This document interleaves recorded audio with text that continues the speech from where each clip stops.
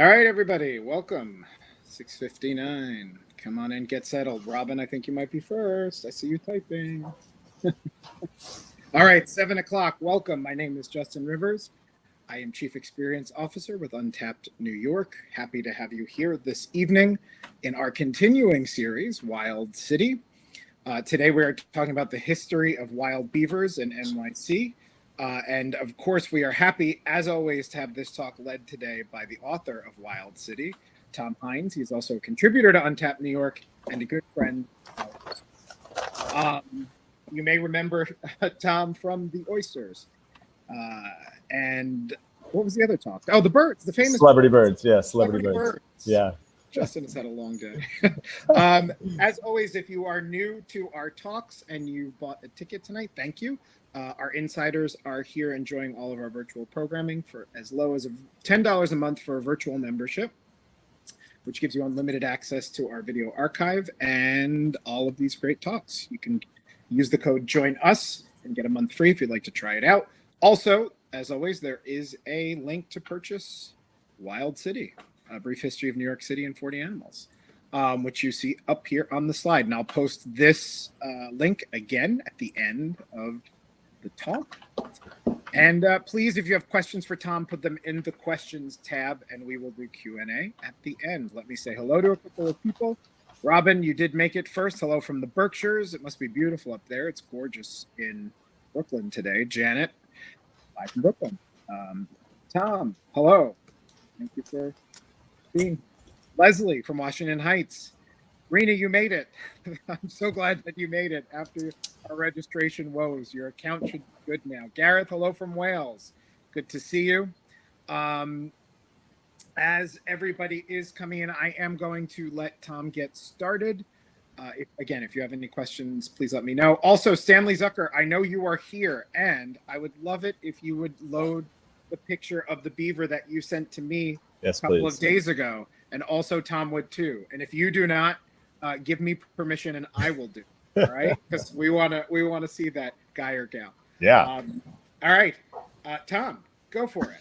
All right. Well, thank you so much, Justin. Thank you to Untapped New York, and thank you to all of you for being here for the third installment of our Wild City History of Animals in New York series.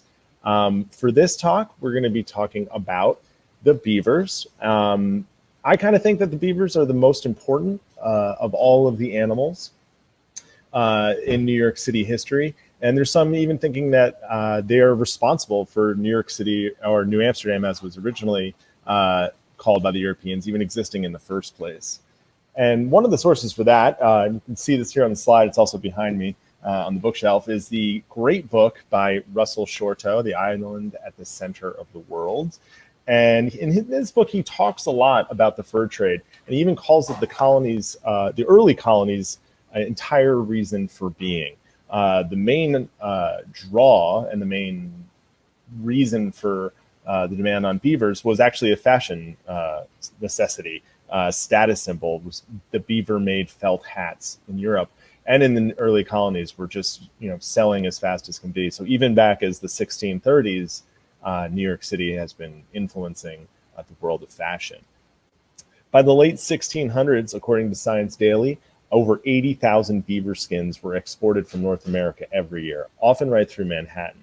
It was bad for beavers, but it was great for business. Here we have a map from 1635. This was by a Dutch father and son duo, and this was part of a larger atlas, but this was the New Amsterdam colony featured here, and you can even see there are beavers featured here to the right of the map.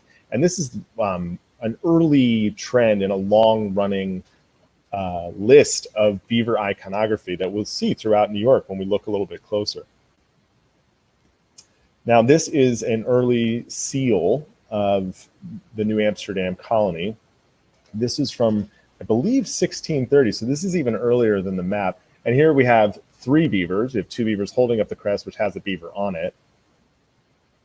This is a seal updated in 1654 for the city of New Amsterdam. And now we have those Dutch X's that are, I believe, the Amsterdam city flag. And of course, a beaver on top of the gold chalice. And this is the current seal of New York, which I believe was adopted in 1915, and has two beavers on either side of this windmill. And of course, that's on the New York City flag, which was adopted by the city in 1915, about 15 years after the consolidation. This is the same reason why the flag is also the same reason why the Mets are orange and blue. It's the same reason why the Knicks are orange and blue. These are, really the city colors. And when people ask me, what's the most important animal? I always say beavers. And one of the reasons I point to, I said, if you've ever seen the flag, there's not just one, there's two on there. So they really do get their respect here. And then, of course, downtown in the lower part of Manhattan, which, of course, is the original Dutch colony, and modern New York as we know it, of course, sprung from that original collection of streets. Beaver Street is one of those original streets. The City College of New York has a mascot that is Benny the Beaver. And I don't believe there are any other animal mascots for New York City teams. I think this is the only one. It's also the state mammal, so beavers get their love there. And then my personal favorite, this has been in the news lately, Andrew Yang was asked what his favorite subway station was, and he said Times Square, which is, I guess, a good answer. But yeah, everybody likes different things. My answer is Astor Place. It's an easy one. This is not only connected to the East Village, which was my most favorite place to go when I was younger, but it also has all these beavers in it. And it's named Astor Place, of course, for John Jacob Astor, who would eventually be known as the richest man in America. And that was thanks in large part to the fortunes he made in the beaver trade and in trapping beavers. In a sort of an ominous sign in the 1830s, John Jacob Astor got himself out of the beaver game because I think he saw that there wasn't much of a future of it. This was a dwindling supply, and he moved his fortune into real estate. And obviously, John Jacob Astor, beyond the subway station, we also see Astoria, Oregon is named for him, as is Astoria, Queens, much closer to home.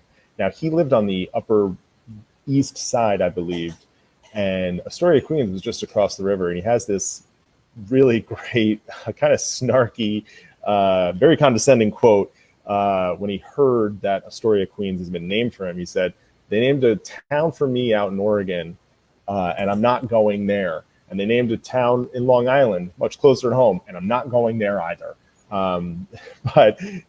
Yeah, so when he got out of the out of the beaver game, though, it was sort of a sign of things to come for the beavers. And around this time in the early 1800s, they had been completely gone from New York City and would remain gone for 200 years.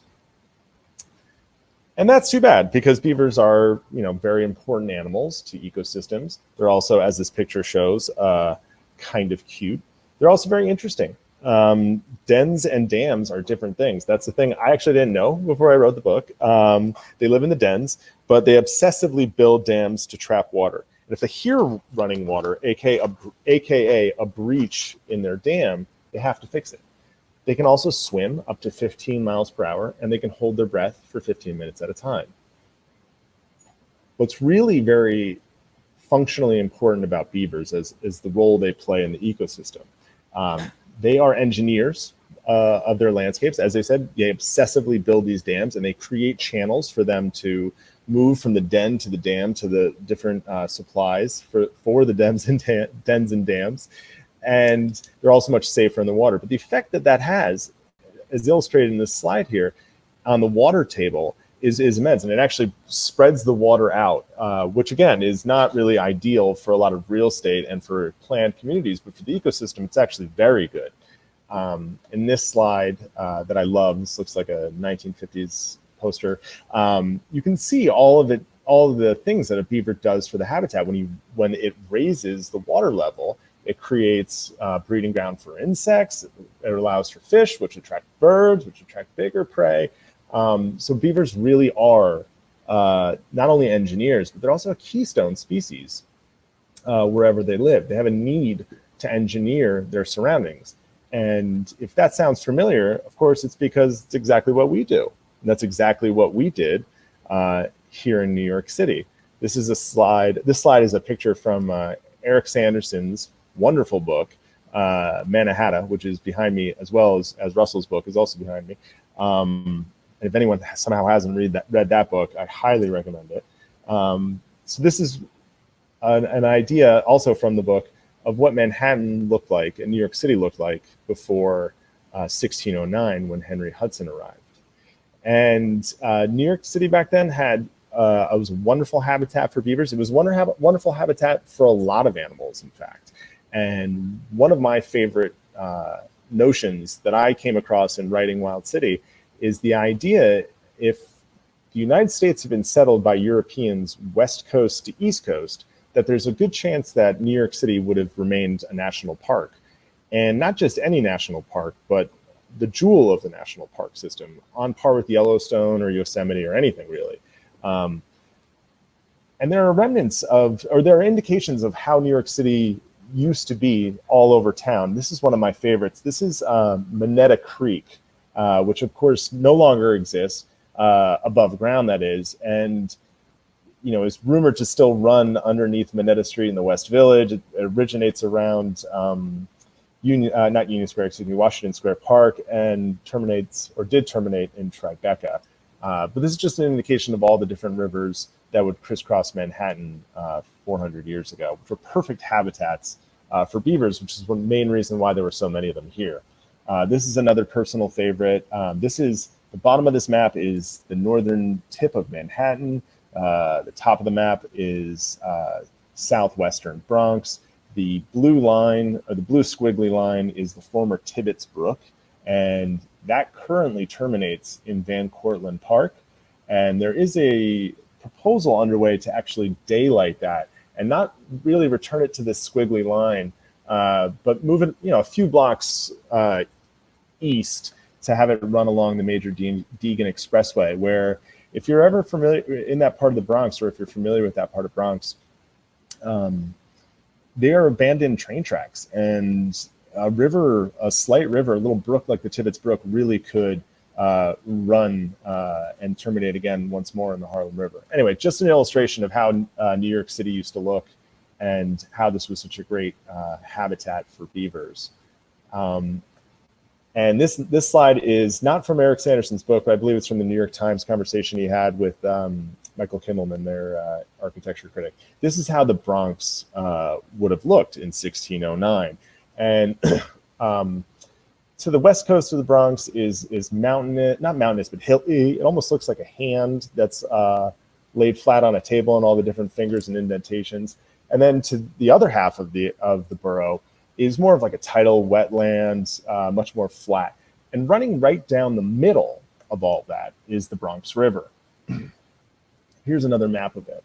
The Bronx River is 23 miles long. It runs from Westchester County to the Long Island Sound, and it basically cuts the Bronx right in half. It's the only freshwater river in New York City. And of course, that big green patch here in the middle is what was originally called Bronx Park, which is, I still think, such a great name.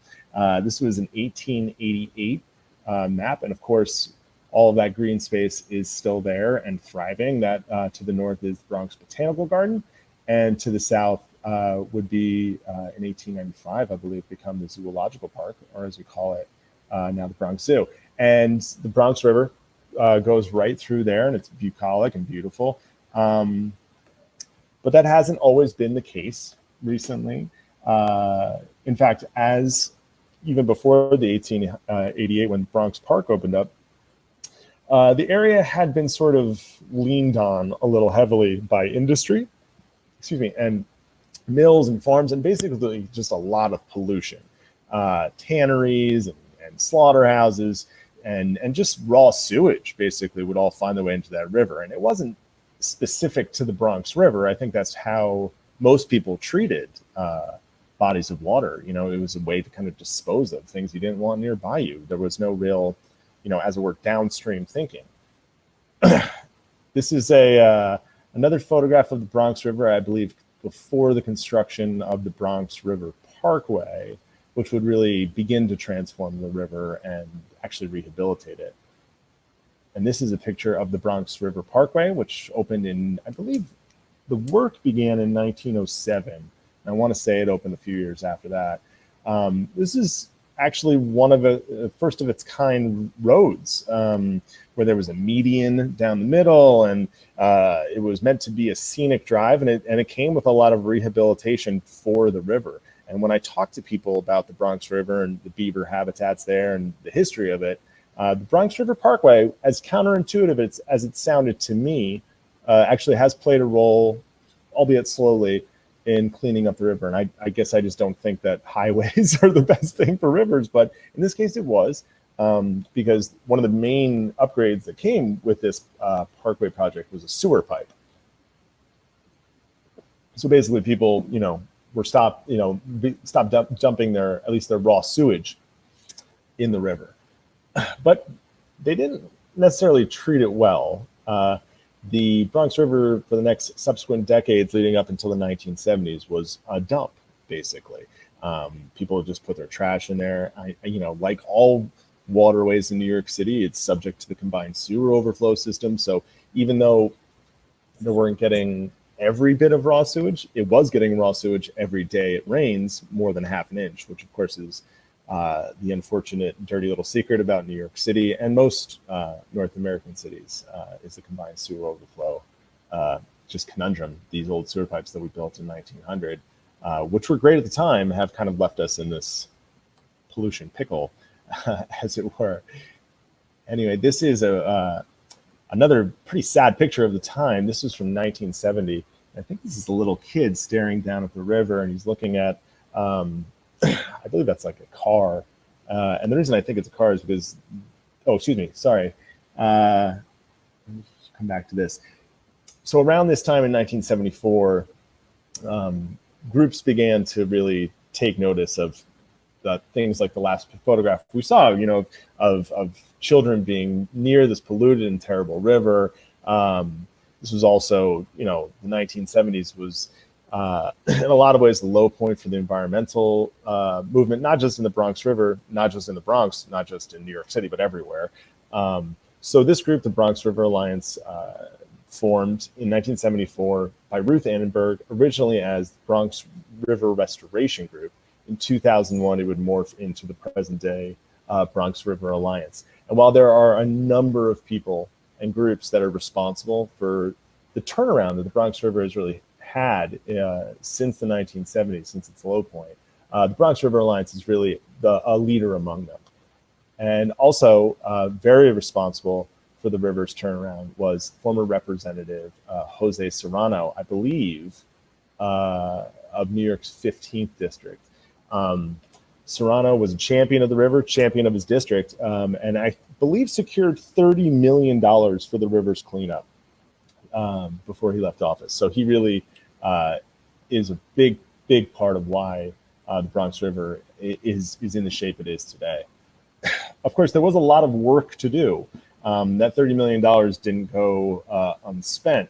There was 675,000 tons of trash removed from this river. That's 23 miles. It's not like the Nile. I mean, that's an incredible amount of trash.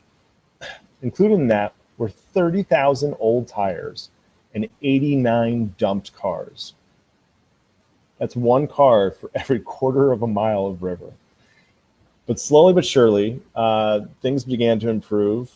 This picture of a great white egret, among the trash of the Bronx River, was an indication of where things are still in a lot of ways. There is this delicate balance of our own impact, but there is strong wildlife returning to New York City in all 5 boroughs, and especially in the Bronx River.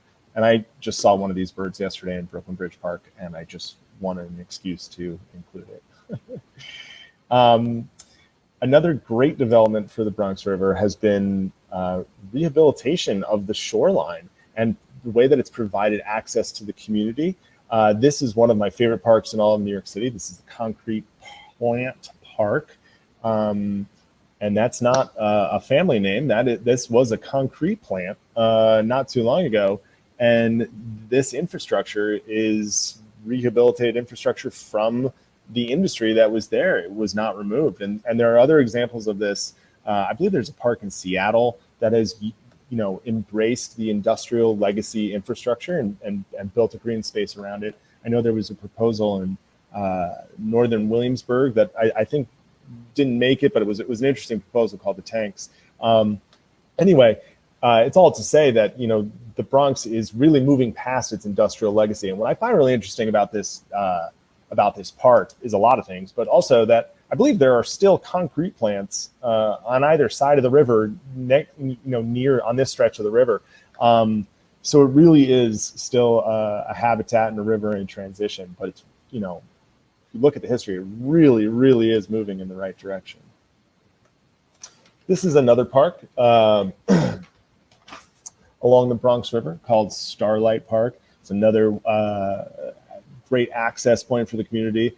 And along with a couple other parks, and obviously the Bronx Park of Botanical Gardens and the zoo, and another one called Shoelace Park.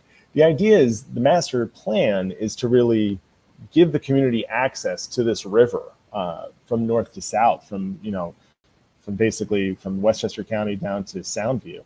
And that's important for a number of reasons. That's important for the park. Obviously, the more people that can get in there and really appreciate how great this resource is and how beautiful it is, the more likely they are to vote and donate and support these open spaces. But it's also great for the residents and the communities, and a lot of these communities are without their fair share of park access, and that's an issue of park equity. And it's we've always known that parks are great, but in the last year, parks have really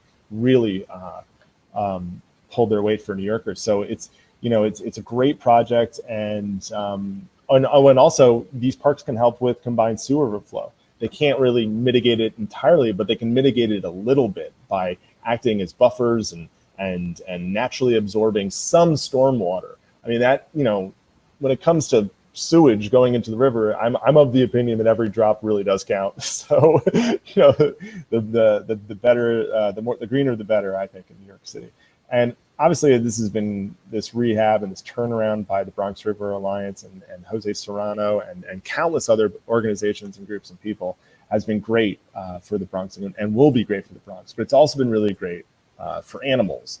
And you might, that's why we were talking about the Bronx River, because in 2008, as I like to say, the damnedest thing happened.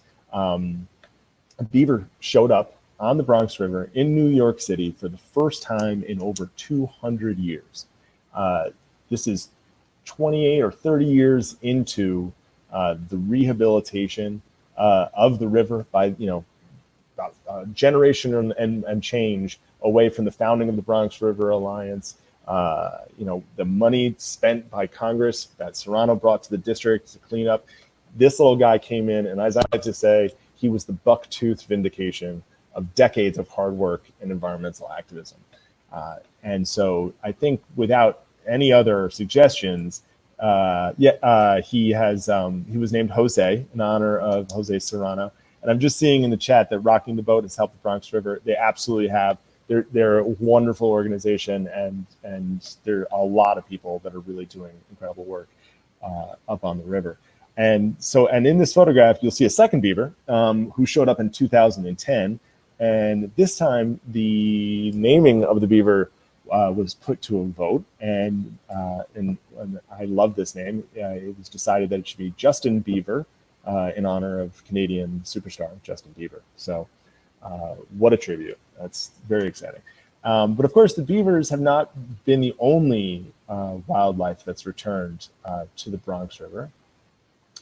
Oh, excuse me, I skipped ahead. I'm so sorry. So one of the ways that the Bronx River Alliance has been showing off this incredible green ribbon of rehabilitated, riverbed, just this incredible hidden gem in the middle of the Bronx, is to offer these canoe rides in conjunction with city parks. These are photographs that I actually took when I went on one of their paddles in, I think it was 2016, and they're starting up again now. And I think it's relatively cheap. There might even be a sliding scale of cost. It is one of the most fun things I've ever done in New York City. It is one of the most surprising things I've ever done in New York City. And people, I talk about this book a lot, and one of the most fun experiences I had was spending the day on this incredible river. And I'll just take you through a few more pictures. As you can see, there's still some trash. This is a tire. I mean, things are really still in transition. But here's another, looks like a golden spray painted tricycle. I just thought that looked very pretty. But by and large, it's like a wonderfully clean, wonderfully peaceful, tranquil, natural place. And it's right down the middle of the Bronx. The amazing Bronx River Flotilla, just to give these wonderful people at Bronx River Alliance one more shout out, was just last weekend. We're glad to see them back on the river. I'm sure, I think they had to do it virtually last year. But this is like their coming out party of the season. I think it's something like 200 vessels traveled down the river together.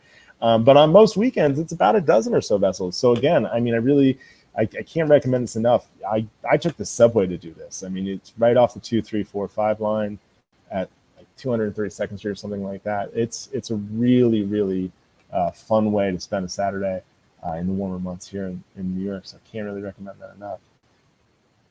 And of course, beavers and canoers and paddlers are not the only things happening on the Bronx River. They've had a very successful reintroduction of alewife, herring, and eels. And the river is still dammed in a few places, and that makes for these spectacular waterfalls. But that's a little bit harder for fish migrating upstream. And I believe they even have like fish ladders that take the fish upstream. It's really been a remarkable turnaround, just beyond the beavers even. One of my fond memories of, I don't know if you call it fond, but on our paddle, we saw the tire, we saw a Coors Light can, and we saw a condom floating in the Bronx River. And somebody called it a Bronx jellyfish. So there are real fish and there are honorary fish there as well. There are also been snapping turtles have been reintroduced. There's an interesting component here I think this helps them actually gauge the levels of pollution, because based on how the snapping turtles are responding to it. But it's another sign of returning wildlife to the area. And this one is one of my favorites. This one's December of just last year. This is a bobcat that was caught on a motion capture, I guess. These cameras are all over the city, and they didn't want to disclose exactly where this was for everyone's safety, obviously. But this is a really great sign, not just for the Bronx River, but this is great for the Northeast. This was in December 2020. Again, undisclosed location, and again, wildlife is amazing. It's great for the city, but I would be remiss not to mention, we never want to interact with, touch, and never feed, and always maintain a respectful distance, because it is really just, it's good for you, it's good for the animal, and it's just better to reduce any kind of interactions at all. But this is a great sign. Top-down predator like this can really be great for the ecosystem. This is like the coyotes, which are also pretty prevalent in the Bronx and have moved into Queens and even into Manhattan. New York City's wildlife needs some kind of controls on it, and that's what a predator is for. So I think this is very, very exciting news.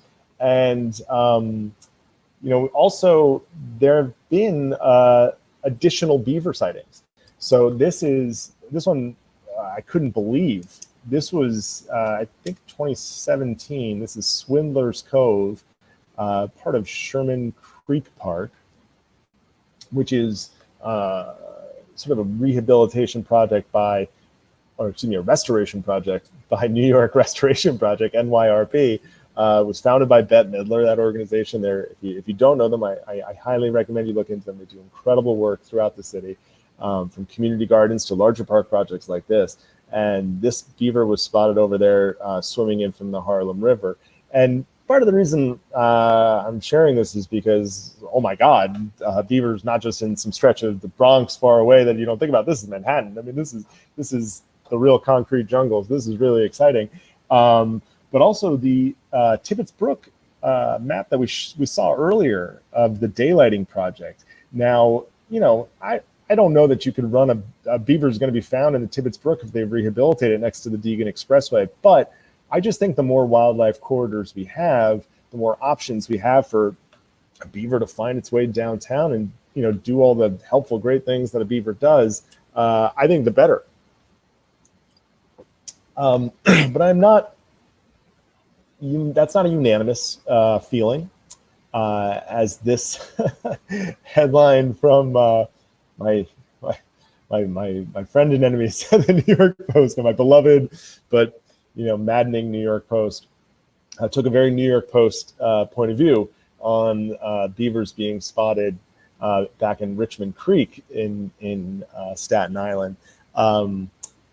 As you can see, there's wreaking havoc is their choice of terminology. I also made some notes. They also called it used words like invading and destruction. Incidentally, the author's last name was Woods, but regardless, this is ultimately like a very, very good sign for Staten Island. It's a great sign for New York City, and it's a great sign for beavers. So this is the tension that needs to be resolved. I think that we all really like wildlife in the abstract. But of course, beavers, have their own prerogative, and this is part of it. They have an opinion on how the landscape should be. So we want those benefits. I think it behooves everybody to work with wildlife and, work with municipalities and measures and wildlife controls in a way that we can coexist. This is I thought a fun slide to sort of close in on. And so that's actually going to be the last slide. That's the end of our presentation, and we can move into some Q&As, but I want to thank you all so much. And also mention, if you are on Instagram or Twitter, the handle for the book is Wild City NYC. And I appreciate you all being here tonight, and I look forward to answering any questions you may have and continuing our beaver conversation. Wonderful. As you can see, the emojis are flying. You do have questions. And the other thing is, Stanley's pictures came in as links, which kind of were a bummer. So I actually quickly turned Stanley's images into a little presentation that I will ask you the first question, and then I will load up. So, I want to also shout. Let me shout. I have this last slide. Oh, yeah, go ahead. The next talk in our series, I think the fourth and final, is going to be on Thursday, August 19th at 7 p.m. We're going to talk about my favorite topic, which is the sewer alligators of New York City. This is the first animal that I wrote about. This is the first thing I wrote for Untapped New York, was about sewer alligators of New York City. So please do tune in. You'll notice there's a little bit of a gap. We were doing this mostly monthly. There's a little bit of a pause as my wife is very pregnant, and we are due to have our firstborn. Like, I thought it could have happened tonight. So we are heading very soon. But please join us Thursday, August 19th. You can compare my face to see if I have rings under my eyes or bags under my eyes from no sleep. It'll be a fun little game we can play on the side. Hope to see you there. Wow. Hey, then we'll have something to talk about. That's great. You must be on pins and needles. Yeah. So, all right. So let's go to questions, and then I'll call up Stanley's pictures. Starting with Leslie's. I always thought that beavers were only freshwater animals, but just read that they could live in estuaries too. Yeah, I didn't realize that. I thought that were a strictly freshwater animal too. And I just want to say, this is a book that's in my bookshelf behind us. This is Leslie's book. This is a field guide to the natural world of New York City. And I just want to give her a shout out. I'm such a huge, huge fan of Leslie. And thank you so much for being here and for asking a question. If anybody hasn't read that book, go buy it today. Leslie, I love how Leslie shows up to these talks. Leslie, always, and you're an insider, so thank you for coming. We are finally going to do a talk with Leslie. I will be there. I will be there. Yeah. We're talking about the Hudson. Amazing. I believe we scheduled that for July, right, Leslie? And my schedule it goes by the week. So we're super excited about that, and it's way past due to have Leslie speak. Oh, that's amazing. Ray asked, could you repeat the year and the name of the first Bronx River cleanup organization, the one that eventually became? Yeah, absolutely. Yeah, so that was in 1974, and their name was different. It was, I have it written down here. It's Bronx River Restoration Group, and it was founded by Ruth Annenberg.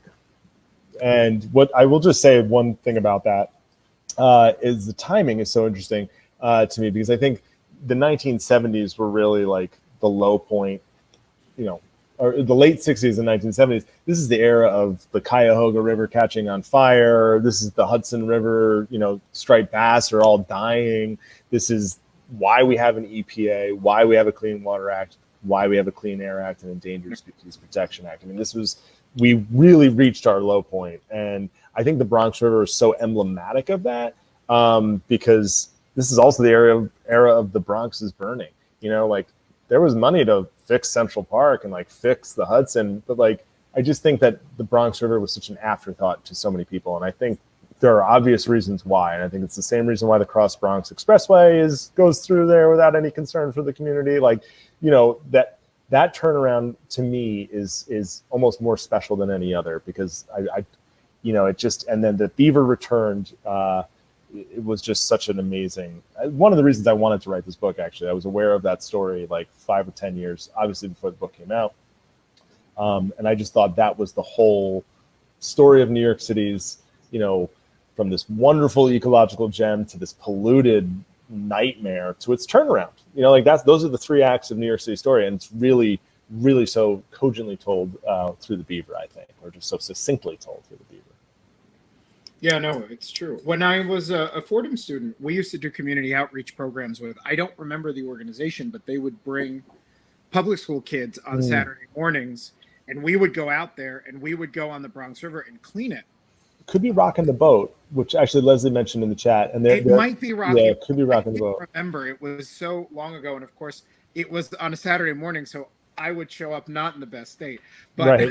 If you know what I mean. Yeah. And it was so much fun. But I remember there was one Saturday we went out, we found 2 guns, and it was one of those things where we weren't prepared, and all of a sudden a 12-year-old pulls a gun out of the river, and we're like, oh my God, don't move. Yeah. That was the level of, like you said, there's all this transition, environmental pollution, but and now when I used to commute a couple of years ago to Connecticut, and on the Metro North, running along the Bronx River, and it's really quite a different scene. And the concrete park is special, and Starlight is special, and obviously the zoo and botanical, but getting on a boat, I mean, it's you're in the middle of it. I mean, it's so quiet. The noise, it's really such a special thing. And I wrote in the book, I never saw the Beaver, and I was like, I'm gonna go see that Beaver.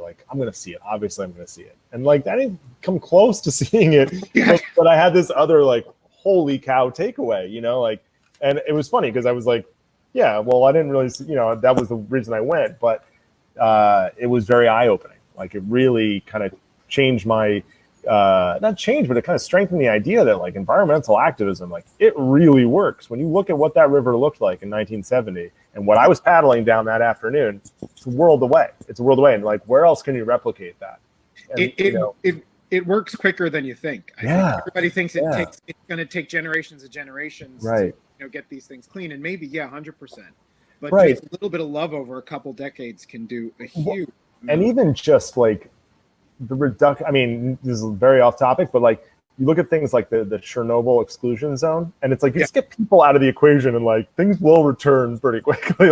Pretty not quick. Even we need to actively do things so much as we just need to stop doing the negative things. Right. It doesn't really it would help if we remediate and restore, but it's really reduce the impact is the most important thing, it turns out. But Chernobyl is way far afield, but it is it's a story that I really wanted to, not lead with, because it's where it is in the book, but It felt like a real anchor chapter in the book. It felt like a real anchor story. And, you know, like I said, I mean, there's two of these beavers on the flag. I mean, there's beavers all, you know, in the subway station and downtown. So like they're kind of everywhere once you start looking. Yeah. And I just it's a great story of turnaround and change and, you know, activism in action. So I really wanted to really lean into that story for the book. Totally.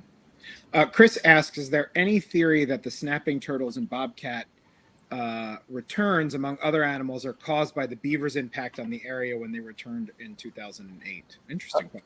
Yeah, I think that is a good question. I think that's my stepbrother, and he must have written that like a week in advance. That's a really good question. I'm just kidding. Kudos to you. No, that's a shout out to my stepbrother who's been on every one of these presentations. He's the sweetest. So I would think normally, but it's hard to, you know, they have these things, or they have these indications that when beavers have been reintroduced into larger landscapes, that they do immediately bring in other things. Oysters do this under the water, incidentally. Right. Oysters are another keystone species. My only, however, to that assumption would be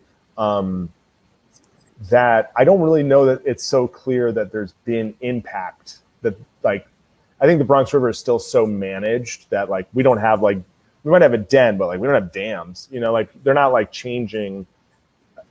At least as far as I know, I don't think they're perceptibly changing the water levels. I think that they're more here because it's clean, but I don't think they're really impacting the river yet. I think they're more of a symptom of the river. You know what I mean? Right. But you know, I think the idea is let them, and that's why I want to share that Staten Island slide. Let them do their thing, right?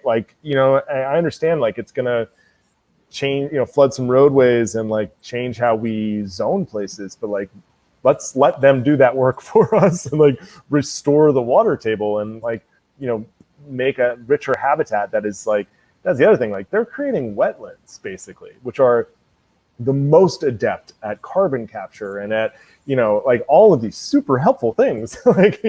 Just let the beavers do their thing. So I don't know if there's enough evidence on the Bronx River that's happening, but what do I know? You know, that definitely could be happening. Jeffrey asks, also a good question, and I seem to remember this being bantered about. Where did the beavers come from? And I'm assuming he's referring to the 2008 beavers. Yeah, I think so. But I think we can probably answer for the Staten Island ones too. I think the Staten Island ones, Staten Island's a lot greener than I think I realized, and there's so much open space and parklands and golf courses and cemeteries, and Fresh Kills Park is about to open. It's going to be, you know, 4 times or 3.5 times the size of Central Park. They got a lot of real big open space, and they're really so close to the New Jersey landmass. Right. You know, that is it the Arthur Kill or the Kill Von Kull, or the thin bodies of water that separate Staten Island from New Jersey. Very, very possible for a beaver to get across there. I would imagine that maritime traffic is probably the only, you know, shipping traffic would be the only hindrance there, but very possible. And in the Bronx, you know, the Bronx River even, that starts in Scarsdale or Yonkers. I mean, it's Westchester County. So by all indications, I would guess that the beaver came down from Westchester County, or, you know, and that's the thing, the Bronx is the only part of New York City that's physically connected to the rest of the United States. So that's they got coyotes first too, for that same reason. Coyotes just walked in. The better question is how do the coyotes get to Queens? How do they get to Manhattan? Which are, you know, 2 different landmasses. And even I believe there are coyotes in Staten Island. And again, it's that makes sense because that body of water is pretty narrow, you know. I think, you know, so anyway, but what I think I put this line in. I wrote an article for Untapped about beavers. That was my 3rd article that I wrote, and I was talking to this woman at the Bronx River Alliance, and she was oh, they probably came from Westchester County or one of the suburbs. I was that's what I did. You know, and so I was and I put that in, I think it's in the book, or or if it didn't make it the book, it was definitely in the article. It's yeah, that's what millennials are all doing. And I don't know if I think I'm too old for a millennial, but it's that's what my generation did. It's what other people are doing. Just all the kids I went to high school with, they like went from the suburbs down to the city. Like, it's right along the Metro North tracks. So yeah, they're basically mimicking Gen X or whatever generation I am. What's interesting, you can correct me or somebody can correct me on I wouldn't dare. I remember watching, I think it was Nature on beavers, and they like toilet train their young. I know. Oh yeah, no, they don't go in the den. They mate for life. But I mean, yeah. I saw these things where like the mother beaver was teaching the young beaver basically how to go to the bathroom, and I was like, oh my god. They take it out of the den. I'm pretty sure they take it out of the den. Beavers are. I mean, like, you could just talk this whole time just about cool stuff about beavers. Just like they hold their breath 15 minutes and like. What they're doing is like they're basically creating like little water highways because it's safer for them in the water, so they make the water. Like it's like that's their survival technique, is like the dam is actually to protect them from predators in this like weird roundabout way. It's very, very interesting animals. But amazing, absolutely amazing. Yeah, and I think actually like nice animals too. I don't recommend having one as a pet, but like I don't think they're like particularly mean. I think they're like kind of nice animals. They do look sweet. They have just a very friendly look to them. They're just little water rats. Yeah. Pete Tannen asked, and this was the first question. I know more questions have come in, so I'll go back up. In the image of the Beaver Street sign, there is a picture to the left of the word beaver. What is its significance? Let me see. I think that's the neighborhood shot, isn't it? Isn't that like a shot of Federal Hall or something? Yeah, I think it is. Yeah. It looks like a ticker tape parade, probably. I'm looking at it right now. I'm zooming in on it. I've never really noticed that. Yeah, so I think it's, I don't know if it's the Downtown Alliance or if it's because it's that the financial district has all the streets in that area, Pete, have that image on them. It was a fairly new thing. I think, fairly new. I think it's almost like 20 years. And I didn't know this until recently that the brown signs along the trim have like the district that you're in, or like the historical, so so like historic district. Yeah, so like there's the difference between the green sign, the black sign, and the brown sign. And the brown sign has a smaller typing on it to tell you kind of like what's special about where you are. Yeah, and then the greens are just plain greens. Some are. Oh yeah, so Gail just said it's the ticker tape, of course, invented down there for the Statue of Liberty. All right, let's go back up to. Gareth asked, going back to the New York Post article, is there any truth in potential damage, or are they just being sensationalist? There's definitely there's absolute both. First of all, yes, but the answer to both of those questions, yes, there is definitely damage to be done. It's like, but that's the tension, right? I mean, that's the thing. Like, we love to hear that like there's a whale swimming around or like a peregrine falcon overhead, but like geese and turkeys and beavers and like deer running across our highways is like a lot less convenient and like definitely dangerous. But like, what who's at fault here? Like, and that's one of the things that I kind of struggle with. Obviously, the deer and the geese are not at fault because they're like doing their thing, and like so are we. But we know better, I think, is where I kind of land on this. And so, if we can make things safer for the animals, we end up making things safer for ourselves. And this is one of the tensions in Staten Island. Beavers are particularly dangerous because they can flood your basement, and they want to, in their own, like that's their prerogative, is to like raise the water levels in ways that like, like our municipal engineers like didn't account for what a beaver had in mind. So yeah, that's clearly like definitely a real problem. But I would err on the side of the beaver, and for more like natural occurrence of wildlife to kind of let the land and the ecosystem do what it wants to do, and for us to work in concert with that, I think it's going to have the most success. And that's not easy. I mean, the other, we were talking about celebrity birds a month ago, and one of the things that like we could all do right now that would make, not we, me and you, but like the city, be to like turn our lights off for 3 weeks in the spring and 3 weeks in the fall. Save so many like migrating bird lives that crash into the buildings, get disoriented. Like there are solutions that you could put on the glass to redirect them. I mean, we have this incredible migration of birds that is world class. It is like very few places in the world have birds like New York City does. And it's a problem. We're like, what are we going to do? Tear down our buildings? Like, no, of course not. But we can do things. And these are the tensions that I think need to be resolved. And they're going to be ongoing, and they're going to be new ones. And so the Post isn't wrong. The Post is funny because they're being like the Post about it. But, you know, they're right, too. So, you know, it's a tough issue. It's not black and white. Ray asked, actually, before I ask this question, I think that when they relit, I believe they covered the parachute jump on Coney Island in 8,000 LED lights, but they are run appropriately for the migratory patterns of the birds. They do shut them off. Right. Yeah. I mean, I think that that's even more of a cool thing. Yeah. Then, you know, it's like, yes, that's an iconic structure. And yes, it looks great when it's lit up with 8,000 lights, but it's also really cool that it goes dark because of the birds. Right. You know? And I think like we can make that neat.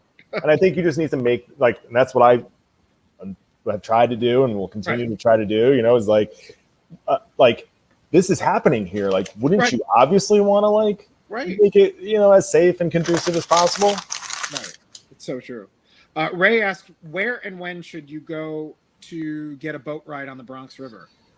I think you can go Saturday. I mean, I would check their website, but it was which one are we talking about? Bronx River Alliance. Or I think it's like they call it a paddle. So I would actually Google Bronx. I think it's on their website. That's how I went in. So I don't know if there's been a reorganization since, but I just basically Googled like, how do I canoe on the Bronx River? And they call it a paddle. And yeah, like I signed up through them. I don't think it cost like $20. Maybe it was at most 50, but I think that sounds way too high. And I think, like I said, there is a sliding scale. So like if you're a student, if you're a senior citizen, if you're with a group, you know, like it can be as low as $5, $10, I think free in some instances. So I know they had their kickoff last Saturday. So like the season is open.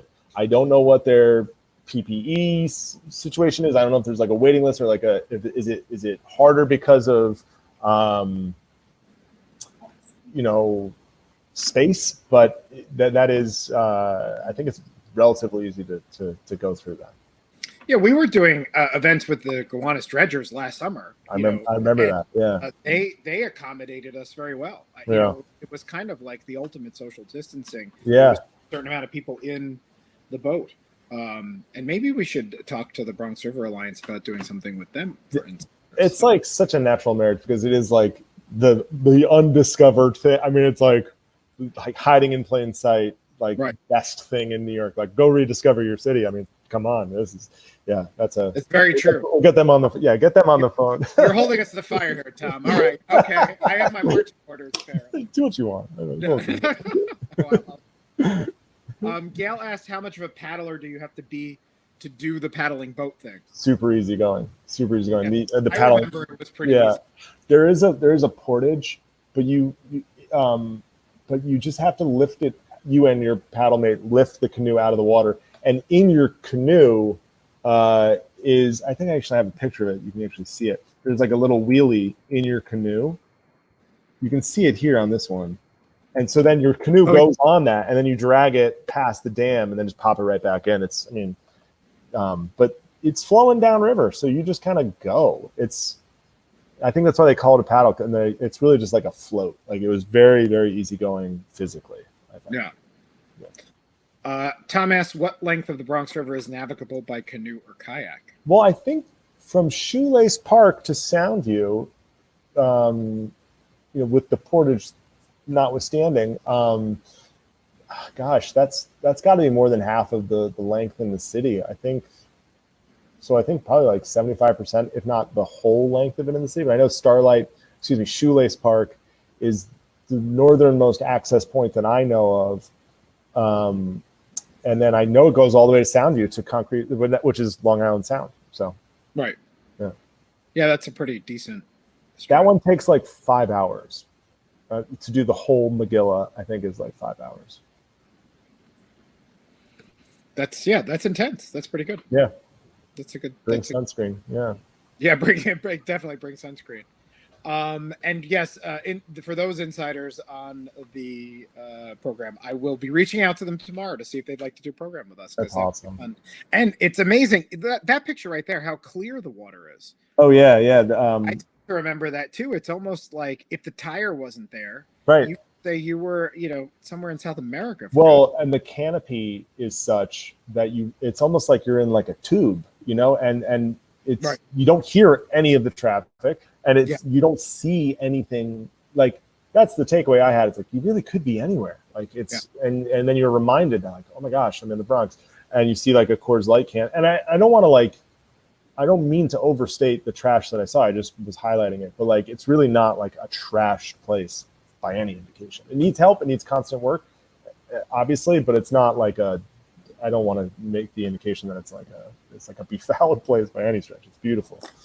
No, it's quite inspiring. I mean, I think it really, I agree with you. I think that the level of restoration of the river is inspiring. And yet there are still reminders of the fact that there's work to do. But I completely agree.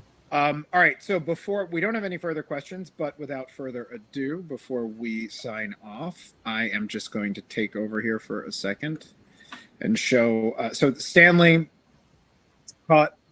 That is half of the picture. I don't know why the other half did not show up.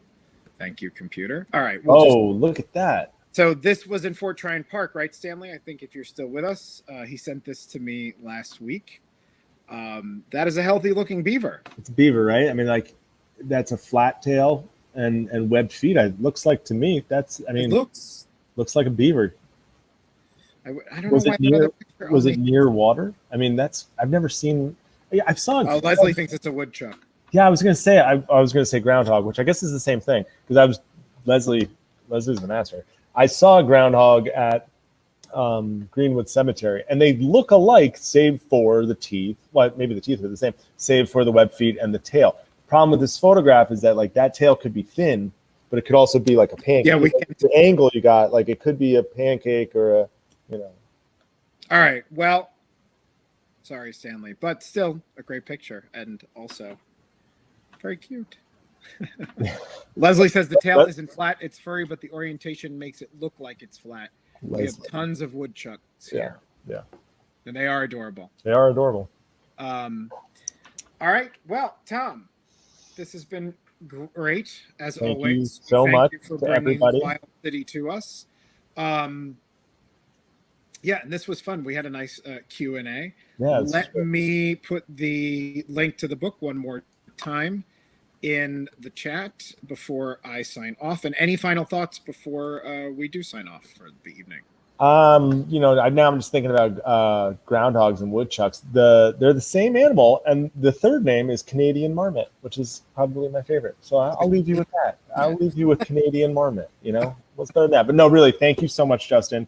Thank you so much to Untap New York, and thank you to all of you for being here for these talks. I have so much fun doing this, and I look forward to seeing you all in July, August? August for the sewer alligators, which will be a really fun time because that's a great topic. We will be here. Stanley Zucker says the tail was flat, so the debate goes on. It's like instead of flat earth, go back and take a picture. Flat tail instead of flat Thank earth. you, Stanley, for sharing that. Thank you all for coming. Yes, Tom, good luck. I hope all goes well. Thank you. Yes, I will. Yes, thank you. Get some sleep now. Thank you so much. Janet says send us a pic of the baby. I will. Yeah, you got it. All right. Good night, everybody. Enjoy. Again, this will be available on replay in a couple of minutes. And then for insiders, this goes in our archive where it will be in perpetuity. Thank you, everybody. Thanks, Tom. Have a good night. Stay safe. Bye, Thanks, guys. everybody.